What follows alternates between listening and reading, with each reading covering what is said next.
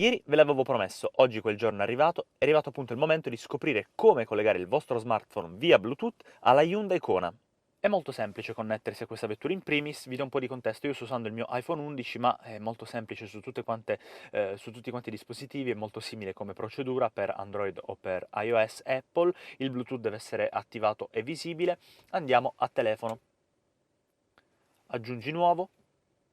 ci dice di andare nel nostro Bluetooth, quindi sul telefono, nella finestra dedicata al Bluetooth, vedere i dispositivi disponibili, abbiamo Kona perché è il suo nome, tra le altre, ecco appunto, possiamo abbinarci con lo stesso codice, consentiamo la sincronizzazione dei preferiti, siamo arrivati.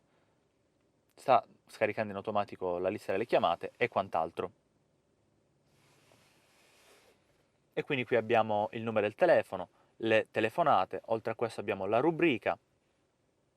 abbiamo anche il tastierino alfanumerico, sotto quanto campo abbiamo e la batteria rimanente, il nome del dispositivo e i messaggi. Attualmente non ci sono SMS disponibili,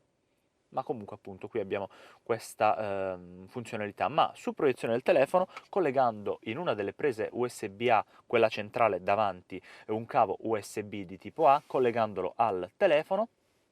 possiamo tranquillamente utilizzare, io in questo caso Apple CarPlay, eccolo qui, o se avete un dispositivo Android, Android Auto. Come funziona? Torniamo su Hyundai per tornare all'infotainment, oppure ci clicchiamo di nuovo per avere accesso appunto ad Apple CarPlay o ad Android Auto.